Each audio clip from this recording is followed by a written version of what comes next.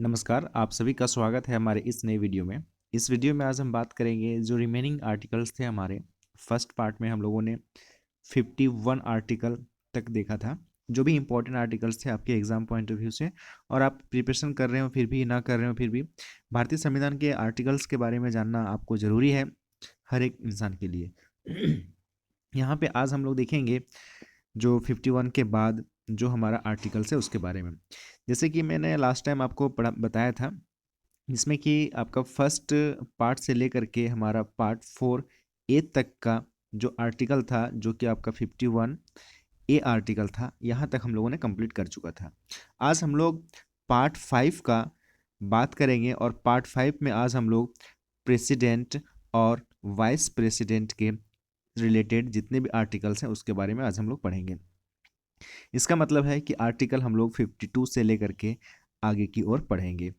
चलिए इस वीडियो को स्टार्ट करते हैं। इसके पहले मैं आपसे कहना चाहूँगा कि अगर चैनल में आप नए हो तो चैनल को सब्सक्राइब कर लीजिएगा और बेल आइकन को भी हिट करके रख लीजिएगा। फर्दर कोई भी वीडियो अपलोड करूँ तो सबसे पहले आपको नोटिफिकेशन मिल सके और वीडियो को आप मिस भी ना कर पाएँ। यहाँ पे बात करते हैं आर्टिकल 52 का। 52 में क्या कहता है, ये कई दफ़ा पूछा भी गया है एग्जाम में, कि भारत का एक राष्ट्रपति होगा। There shall be a president of India. इसमें कहा जाता है कि the president of India, president Bharat का एक राष्ट्रपति होगा। इससे रिलेटेड कौन सा अनुच्छेद है, तो वह अनुच्छेद है आपका 52। नेक्स्ट है आपका आर्टिकल 53। 53 में कहता है कि executive power of the union. जैसे कि आप सभी को पता है कि भारत में प्रेसिडेंट जो कुछ भी काम, पार्लियामेंट या फिर प्राइम मिनिस्टर जो कुछ भी काम करते हैं, वो सारा का सारा क्रेडिट जो एग्जीक्यूटिव पावर निहित होता है वो राष्ट्रपति के पास होता है। तो यहाँ पे 53 में कहा गया है कि एग्जीक्यूटिव पावर यानी संघ की कार्यपालिका की शक्ति जो है वह आपका आर्टिकल 53 के अंतर्गत दिया गया है। नेक्स्ट अगर आप बात करें तो यहाँ पे आर्टिकल 54 में क्या कहता है कि इलेक्शन कैसे होगा, प्रेसिडेंट का जो राष्ट्रपति होंगे उनका निर्वाचन किया जाएगा। डायरेक्ट मोनार्की सिस्टम से या हेरिडेटरी सिस्टम से जिस तरह से ब्रिटेन में होता है उस तरह से नहीं, बल्कि यहाँ पे हमारा जो कंट्री है वो रिपब्लिक कंट्री है। तो यहाँ पे जो हेड ऑफ द नेशन जो चुने जाएंगे वह इलेक्ट होकर के आएंगे। तो 54 आर्टिकल इम्पॉर्टेंट है। इसमें कहा जाता है कि राष्ट्रपति का निर्वाचन होगा। नेक्स्ट आपका यहाँ पे है आर्टिकल 55। 55 में कहता है कि कौन सा मैनर, क्या प्रोसेस होगा जिससे कि राष्ट्रपति का चुनाव होगा। आप लोगों को पता है कि राष्ट्रपति के चुनाव में आमतौर पर पब्लिक जो है वो डायरेक्ट वोट नहीं करती है। इसका चुनाव जो होता है राष्ट्रपति का वो इनडायरेक्ट प्रोसेस से होता है और इसमें एक इलेक्टोरल कॉलेज होता है। क्या होता है? Electoral college. और उस इलेक्टोरल कॉलेज में एमपी और एमएलएज वोट करते हैं, आम आदमी इसमें वोट नहीं करते हैं। तो ध्यान रखना है कि किस तरह का मैनर होगा राष्ट्रपति के चुनाव का, इसके बारे में कहा गया है आर्टिकल 55 में, मैनर के बारे में। नेक्स्ट है term of office of president. President का कितने वर्ष के लिए चुने जाएंगे, क्या टर्म होगा, पद की अवधि क्या होगी, इसके बारे में आर्टिकल 56 कहता है। 57 के बारे में अगर देखें तो प्रेसिडेंट होने के लिए क्या आपके पास या फिर उस व्यक्ति के पास जो प्रेसिडेंट के इलेक्शन लड़ना चाहते हैं, तो उनका जो पुनर्निर्वाचन के लिए एक बार आप इलेक्ट हो चुके हैं फिर से आप इलेक्शन लड़ सकते हैं या नहीं लड़ सकते, इसके बारे में। जैसे कि आप सभी को पता होगा कि अमेरिका का, यूएस का जो प्रेसिडेंट का सिनारियो है वहाँ पे 2 टाइम्स से ज़्यादा आप प्रेसिडेंट नहीं बन सकते हैं, बट इंडिया में इस तरह की कोई बाध्यता नहीं है। इसके बारे में जिक्र किया गया है आर्टिकल 57 के अंतर्गत। नेक्स्ट है आपका आर्टिकल 58। 58 में बात करता है कि क्वालिफिकेशन क्या होगा इलेक्शन के लिए अगर आप प्रेसिडेंट का चुनाव लड़ना चाहते हैं। राष्ट्रपति निर्वाचन होने के लिए हर टाइम आपका क्वालिफिकेशन की बात करें तो प्रेसिडेंट होने के लिए क्वालिफिकेशन क्या होना चाहिए, जैसे भारत का नागरिक होना चाहिए, एज आपका 35 ईयर्स होना चाहिए, ये तमाम जो चीज़ें हैं आपका। नेक्स्ट है आपका 59। 59 आर्टिकल में कहता है कि condition of president office. President office का कंडीशन क्या होगा, बहुत ज़्यादा इंपॉर्टेंट नहीं है, बट ये आपका 60 इंपॉर्टेंट है। आर्टिकल 60। आर्टिकल 60 कहता है कि ऑथ और अफर्मेशन, यहाँ पे एंड नहीं है, ध्यान रखना है, ऑथ और अफर्मेशन बाय प्रेसिडेंट, प्रेसिडेंट के द्वारा जो शपथ और प्रतिज्ञान लिया जाएगा उसके बारे में कहा गया है। तो आर्टिकल इसमें 60 इंपॉर्टेंट है आपका। नेक्स्ट है आपका 58 इंपॉर्टेंट है, 57 इंपॉर्टेंट है, 56 है और 50 ये तमाम इम्पॉर्टेंट है सारी चीज़ें, लेकिन इसमें से एक आप 59 को अगर ना भी पढ़ें तो कोई दिक्कत की बात नहीं है, याद नहीं रखें तो, लेकिन ये सिलसिला याद रखना है। नेक्स्ट है आपका आर्टिकल 61। 61 क्या कहता है कि प्रोसीज्योर। अब क्या प्रोसेस होगा, मान लीजिए सपोज कि प्रेसिडेंट अपने इनकैपेसिटी से काम कर रहा है या फिर अल्ट्रा वायर कर रहा है। अल्ट्रा वायर करने का मतलब है कि संविधान का उल्लंघन करते हुए काम कर रहा है, तो उनको हटाने का भी प्रोसेस है, जो कि हम लोगों ने अमेरिका के कॉन्स्टिट्यूशन से लिया हुआ है। हम जब सोर्स पढ़ेंगे तो देखेंगे उसमें। तो procedure for the impeachment of the president, president का इम्पीचमेंट का जो है आर्टिकल वह 61 में है। राष्ट्रपति पर महाभियोग चलाने की प्रक्रिया को लेकर के जो बात कहा गया है वो आर्टिकल 61 में है। नेक्स्ट है कि 62 में क्या कहा गया है कि टाइम ऑफ होल्डिंग इलेक्शन, इसमें टाइम की बात कहा जाता है कि कब तक जो है इलेक्शन कर लिया जाएगा to fill vacancy in the office of the president. अगर सपोज कीजिए कि जो प्रेसिडेंट का ऑफिस है वो वैकेट हो गया है तो उसमें इलेक्शन कब तक हो जाना चाहिए। और term of office of the person elected to fill the casual vacancy, अगर मान लीजिए किसी प्रेसिडेंट का ऑफिस खाली होने के बाद किसी कैजुअल पर्सन को प्रेसिडेंट के रूप में उन्हें एक्ट करने के लिए दे दिया जाए, जैसे सपोज एग्जांपल के तौर पर कि प्रेसिडेंट नहीं रहे तो वहाँ पे वाइस प्रेसिडेंट उस कार्य को करते हैं, बट वो प्रेसिडेंट नहीं हो सकते। इसके पीछे का लॉजिक ये है दोस्त, क्योंकि प्रेसिडेंट के चुनाव जो होता है उसमें कॉलेज होता है, इलेक्टोरल कॉलेज, जैसा कि मैंने बताया इलेक्टोरल कॉलेज में एमपी और एमएलए होते हैं। लेकिन वहीं पर अगर वाइस प्रेसिडेंट की बात करें तो वाइस प्रेसिडेंट के इलेक्शन में आपको पता होगा कि वाइस प्रेसिडेंट का जो चुनाव होता है वो उनके जो इलेक्शन के टाइम पर जो वोट होता है वो आपका इसमें राज्यों के जो आपके राज्य के जो एमएलएज हैं इसमें पार्टिसिपेट नहीं करते हैं, सिर्फ एमपी पार्टिसिपेट करते हैं। तो जिसकी वजह से ये पूर्ण रूपेण प्रेसिडेंट के रूप में नहीं होल्ड कर सकते ऑफिस। तो फुल फ्लेज में वाइस प्रेसिडेंट प्रेसिडेंट नहीं हो सकते। हाँ, ये बात हो सकता है कि वाइस प्रेसिडेंट प्रेसिडेंट के लिए चुनाव लड़ सकते हैं। तो यहाँ पे जो कैजुअल है वो कितने टर्म के लिए कितने समय के लिए काम कर सकते हैं, तो विद इन 6 मंथ के अंदर करवा लेना है इलेक्शन प्रेसिडेंट का। अब ये प्रेसिडेंट की बातें थी, अब आ जाइए वाइस प्रेसिडेंट को लेकर के। तो याद रखिएगा वाइस प्रेसिडेंट के बारे में जो है आपका आर्टिकल 63 से बात करता है, और आर्टिकल 63 के अंतर्गत जो भी बातें यहाँ पे देखने को आपको मिलेगा वह आपका है कि there shall be a vice president of India, article 63, और उसमें कितना था 52, याद रखिएगा। नेक्स्ट है आपका 64। 64 में क्या कहता है कि जो वाइस प्रेसिडेंट हैं वो भी हमारा एक्स ऑफिसो चेयरमैन होते हैं राज्यसभा के काउंसिल ऑफ स्टेट के। आप सभी को पता होगा कि जो भी इंडिया में वाइस प्रेसिडेंट बनते हैं इनको एक एडिशनल चार्ज के रूप में या एक्स ऑफिसो चेयरमैन के रूप में आपको देखने को मिलेगा, राज्यसभा के बन जाते हैं सभापति के रूप में। तो ये वेरी वेरी इंपॉर्टेंट है 64। आपसे पूछा जा सकता है 64 में क्या है कि वाइस प्रेसिडेंट जो है वो एक्स ऑफिसो मेंबर होते हैं काउंसिल ऑफ स्टेट का, यानी राज्यसभा का। ये कौन सा आर्टिकल में जिक्र है। नेक्स्ट है आपका आर्टिकल 65। 65 कहता है आपका कि वाइस प्रेसिडेंट एक्ट करेंगे एज अ प्रेसिडेंट और डिस्चार्ज भी करेंगे वो सारे फंक्शन को ड्यूरिंग द कैजुअल वैकेंसी। मैंने इसके पहले भी बताया कि कैजुअल वैकेंसी प्रेसिडेंट के पोस्ट पे तब वाइस प्रेसिडेंट काम करते हैं, जब प्रेसिडेंट ना हो तो उस वक्त तो कैजुअल वैकेंसी के रूप में भी प्रेसिडेंट काम करेंगे, सॉरी वाइस प्रेसिडेंट काम करेंगे। तो इसके बारे में जो जिक्र है आपका आर्टिकल 65 में किया गया है।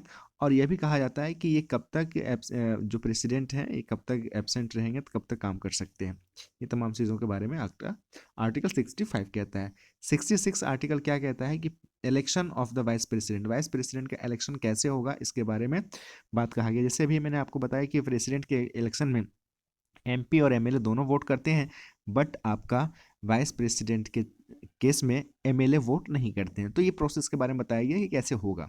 नेक्स्ट है आपका 67। 67 में क्या कहा गया है कि term of office of the vice president, vice president को कितने वर्ष के लिए चुना जाएगा, जैसे आमतौर पर 5 ईयर्स के लिए चुने जाते हैं। तो ये तमाम चीज़ों को देखने आपको मिलेंगे। नेक्स्ट है आपका 68 आर्टिकल। 68 आर्टिकल्स में वही बात कहा गया जो आपका इसके पहले जो आर्टिकल कितना में था, आप यहाँ पे एक बार देख लीजिए। ये जो आपका 62 में 62 आर्टिकल में क्या कहा गया था, जो प्रेसिडेंट है वो आपका फुल कब कर लिया जाना चाहिए, पोस्ट को कब इलेक्शन हो जाना चाहिए, तो वही यहाँ पे आपका 69 में देखने को मिलेगा, 68 में देखने को मिलेगा कि टाइम ऑफ होल्डिंग इलेक्शन, कितने दिनों में इलेक्शन हो जाना चाहिए अगर वैकेंट हो गया है सीट वाइस प्रेसिडेंट का, तो या फिर कितने टाइम के लिए होगा इसको कैजुअल वैकेंसी, तो इसके बारे में कहा गया 68 में। 69 आर्टिकल क्या कहता है? 69 आर्टिकल कहता है ओथ के बारे में, कि यहाँ पे प्रेसिडेंट जो है वो ओथ, वाइस प्रेसिडेंट जो है ओथ लेंगे। इसके बारे में कौन दिलाएंगे ओथ और कहाँ पे लेंगे? अब यहाँ पे आप देख लीजिए कि जो इसके पहले हम लोगों ने देखा था कि ओथ से रिलेटेड जो यहाँ पे था वो 60 आर्टिकल था प्रेसिडेंट के लिए, यहाँ पे 60 आर्टिकल था और वहाँ पे आपको देखने को मिला 69 आर्टिकल। तो 69 आर्टिकल में वाइस प्रेसिडेंट का और 60 में प्रेसिडेंट का ओथ के बारे में है। नेक्स्ट आइए 70। 70 में कहा जाता है कि जो हमारे आपके प्रेसिडेंट हैं वो कभी कभी इमरजेंसी टाइम पर कुछ अदर काम भी करते हैं, जैसे मान लीजिए किसी आकस्मिक स्थितियों में काम करते हैं, जैसे फॉर एग्जांपल कि राष्ट्रपति शासन अगर किसी राज्य में लग गया हो, तो आप लोग सुनते होंगे कि वहाँ पे राष्ट्रपति शासन लग गया है, तो उस वक्त जो है डिस्चार्ज करना पड़ता है, अपना कर्तव्यों का निर्वहन करना पड़ता है प्रेसिडेंट को अदर फंक्शन की तरह से। और भी बहुत सारे कार्य होते हैं जो कि 70 में अदर कार्य को परफॉर्म करने के लिए बात कहा गया। 71 में क्या कहा गया? 71 में कहा गया कि सपोज कीजिए कि वाइस प्रेसिडेंट और प्रेसिडेंट का इलेक्शन में किसी भी प्रकार का अगर कोई मैटर आता है, रिलेटेड इशू आता है कि इलेक्शन सही नहीं हुआ है, कैसे हुआ है, गलत हुआ है, वो या फिर वगैरह वगैरह जो कुछ भी हो सकता है, तो उसका रिड्रेसल कैसे किया जाएगा, सॉर्ट आउट कैसे किया जाएगा, या फिर इस तरह का कनेक्शन मिलता है, तो इसके बारे में कहा गया है कि मैटर रिलेटेड टू द और connection with the election of president और वाइस प्रेसिडेंट से रिलेटेड है, वो आपका आर्टिकल 71 में देखने को मिलेगा। नेक्स्ट है आपका article 72, very very important 72 articles हैं, और इसमें कहा जाता है कि राष्ट्रपति के पास जो पावर होता है, पार्डनिंग पावर, क्षमा करने की जो पावर होता है, जैसे कि किसी केसेस के सेंटेंसेस को और सस्पेंड कर सकते हैं, रिमीट कर सकते हैं, कम्यूट कर सकते हैं सेंटेंसेस को इन सर्टेन केसेस, तो इसके बारे में 72 कई दफ़ा भी एग्जाम में पूछा गया है कि 72 में जो राष्ट्रपति के पास है वो क्षमा करने की पावर है, पार्डनिंग पावर है। नेक्स्ट है आपका, यहाँ पे आप देखें कि आर्टिकल 73 में है कि extend to the executive power of the union, union का जो एग्जीक्यूटिव पावर है उसका विस्तार के बारे में कहा गया है। और very very important article 74 is the very important, because आप जानते हैं कि प्रेसिडेंट हैं और प्रेसिडेंट जो काम करेंगे इनको एक एड एंड एडवाइज के लिए काउंसिल ऑफ मिनिस्टर चाहिए, मतलब मंत्रियों का एक मंत्री परिषद चाहिए, उसके लिए बात कहता है, क्योंकि भारत में जितना भी कार्य होता है वो राष्ट्रपति के नाम पर होता है, भले ही प्राइम मिनिस्टर है। मैंने यहाँ पे ध्यान रखिएगा दो बातें आप लोग मैं आपको बताना चाहूँगा। हेड ऑफ द स्टेट, एक होता है हेड ऑफ द स्टेट, एक होते हैं हेड ऑफ द गवर्नमेंट। तो हेड ऑफ द गवर्नमेंट होते हैं प्राइम मिनिस्टर और head of the state, state का मतलब है नेशन, नेशन का होते हैं राष्ट्रपति। तो जो कुछ भी देश में काम होता है वो सारे का सारा जो क्रेडिट है, नाम है, वो राष्ट्रपति के नाम पर होता है। तो राष्ट्रपति जो काम करते हैं वो एड एंड एडवाइस पर करते हैं। नाम वैसे तो हमारे यहाँ पे क्या है, पार्लियामेंट्री फॉर्म ऑफ गवर्नमेंट है, तो नाम तो होता है प्राइम मिनिस्टर का भले ही, लेकिन सारा जो ऑन रिकॉर्ड और ऑन पेपर जो होता है नाम किनका होता है, प्रेसिडेंट का। तो प्रेसिडेंट जो काम करेंगे उनके सलाह के लिए एक काउंसिल ऑफ मिनिस्टर होगा, यह आर्टिकल आपका 74 कहता है। तो council of minister to aid and advise president, president को क्या देने के लिए, सहायता और सलाह के लिए एक मंत्री परिषद होगा जो काउंसिल ऑफ मिनिस्टर की बात करता है। और काउंसिल ऑफ मिनिस्टर का हेड कौन होते हैं, इस बात को भी जान लीजिए, काउंसिल ऑफ मिनिस्टर का हेड होते हैं prime minister. Clear, very very important, मैं कई दफ़ा इसको बता दिया, इंपॉर्टेंट है, इंपॉर्टेंट याद रखना है। नेक्स्ट आपका आर्टिकल 75 में कहता है कि अदर प्रोविजंस की बात करता है टू मिनिस्टर्स, मिनिस्टर्स का क्या क्या अदर अदर प्रोविजंस है, क्या क्या उनके उपबंध दिए गए हैं, इसके बारे में आर्टिकल 75 कहता है।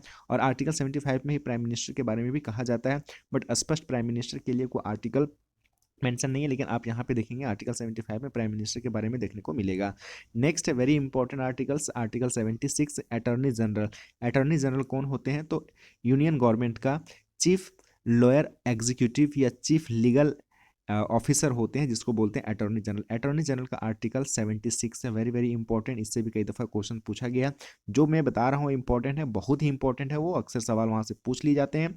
नेक्स्ट है आपका आर्टिकल 77, बहुत ज़्यादा इंपॉर्टेंट नहीं है, ये कहा जाता है कि गवर्नमेंट का किस तरह से कार्य करने का, संचालन करने का जो कंडक्शन होगा उसके बारे में बात करता है। नेक्स्ट है आपका 78 में क्या कहता है कि प्राइम मिनिस्टर का ड्यूटी क्या होगा, तो प्राइम मिनिस्टर का ड्यूटी को यहाँ पे बताया गया है कि देखिए मैंने अभी बताया कि काउंसिल ऑफ मिनिस्टर आर्टिकल 74 में है, तो 74 में तो बहुत सारे काउंसिल ऑफ मिनिस्टर्स में मिनिस्टर्स आते हैं, जैसे आपका फिनेंस मिनिस्टर हो गया, एजुकेशन मिनिस्टर्स हो गया, होम मिनिस्टर्स हो गया। तो सभी मिनिस्टर तो एक एक करके राष्ट्रपति को जा करके तो बात सारी बताएंगे नहीं, तो उसके लिए काउंसिल ऑफ मिनिस्टर्स के हेड कौन होते हैं, प्राइम मिनिस्टर होते हैं। अब प्राइम मिनिस्टर का काम क्या होता है, यहाँ पे 78 आर्टिकल में कहा जाता है कि duty of the prime minister as respect to, किस रिस्पेक्ट में, तो फर्निशिंग का मतलब है सारी जानकारी को डिलीवर करना, इंफॉर्मेशन को डिलीवर करना किनके तक, प्रेसिडेंट तक। ये आर्टिकल आपका 78 कहता है। आई होप यहाँ तक जो आपका प्रेसिडेंट और वाइस प्रेसिडेंट से रिलेटेड जो भी आर्टिकल था, ये सारे आर्टिकल्स के बारे में मैंने जिक्र किया यहाँ पे। अब हम लोग नेक्स्ट जो वीडियो में पढ़ेंगे दोस्त, अभी वीडियो तो लंबा हो जाएगा, लेकिन हम लोग नेक्स्ट वीडियो में जो पढ़ेंगे उसमें पढ़ेंगे हम लोग पार्लियामेंट के बारे में, और आर्टिकल 79 से स्टार्ट होगा ये। इसके बाद हम पढ़ेंगे कि कॉन्स्टिट्यूशन का 79 में कहा गया है कि आपका पार्लियामेंट का एक गठन के बारे में। और पार्लियामेंट में यहाँ पे आप देखेंगे कि 3 विंग होता है, 3 अंग होता है, जिसमें प्रेसिडेंट होते हैं, उसके बाद आपका राज्यसभा होता है और लोकसभा होता है। तो composition of the council of state यानी राज्यसभा के बारे में कहा गया 80 में, और 81 में कहा गया है कि आपका जो लोकसभा है, इसका मतलब हाउस ऑफ द पीपल के कंपोजिशन के बारे में। आई होप यहाँ तक आपको समझ में आ गया होगा। आज इस वीडियो को यहीं तक रखते हैं।